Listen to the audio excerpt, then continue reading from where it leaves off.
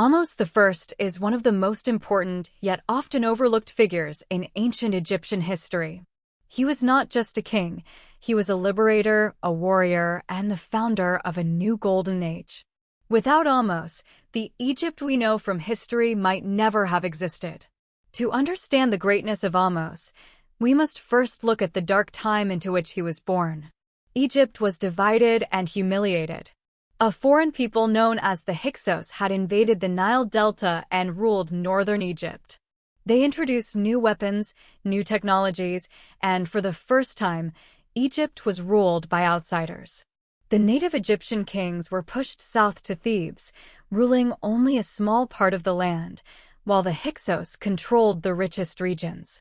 Ahmose was born into a royal family that refused to accept this humiliation. His father, Seqenenretau, was one of the first kings to openly resist the Hyksos. According to historical evidence, Seqenenretau died violently, most likely in battle, his skull bearing terrible wounds. His death turned resistance into a sacred mission. After him, Ahmose's brother, Kamose, continued the war, striking deep into Hyksos territory. Kamose achieved important victories but died before finishing the job. This left Egypt's future in the hands of a young boy. Ahmose became king while he was still very young, possibly under the guidance of his powerful mother, Queen Ahotep. She was not just a queen, she was a symbol of strength, holding the kingdom together while her son grew into a warrior. When Ahmose came of age, he took command of the army and prepared for the final confrontation that would decide Egypt's fate.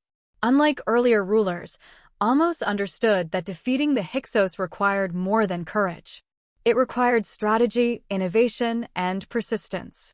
Ironically, he used the Hyksos' own military technology against them, including horse-drawn chariots and advanced weapons. This marked a turning point in Egyptian warfare. Ahmose launched a series of campaigns against the Hyksos capital, Avaris. The battles were long and brutal. We know details of these campaigns thanks to an Egyptian soldier named Ahmose, son of Abana, who recorded his experiences in his tomb. He describes fierce fighting, naval battles, and relentless sieges. Step by step, Ahmose pushed the Hyksos back until finally, Avaris fell. But Ahmose did not stop there.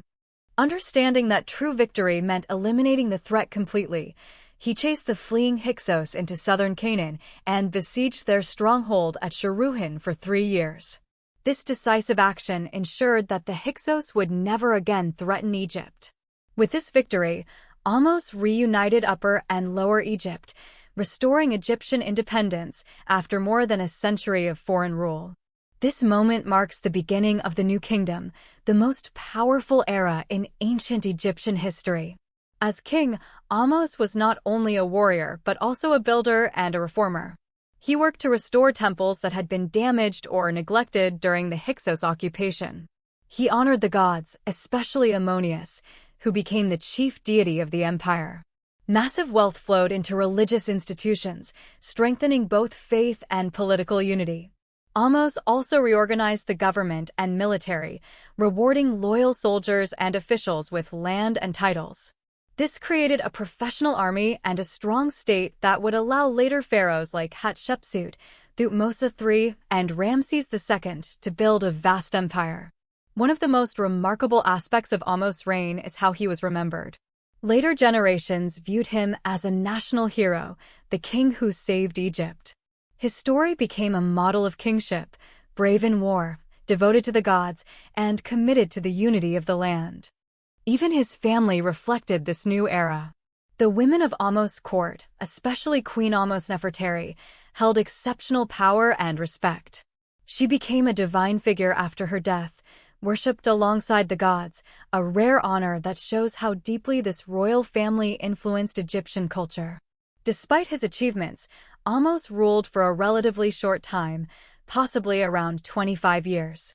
Yet his impact lasted for centuries. The empire he founded would dominate the ancient world, influencing politics, culture, and warfare across the Near East. Today, Ahmose's mummy has been discovered, and his legacy lives on in temples, inscriptions, and the very idea of a united Egypt. He was the king who turned defeat into victory, division into unity, and weakness into power. Ahmose I was not just the founder of the new kingdom. He was the king who gave Egypt its future.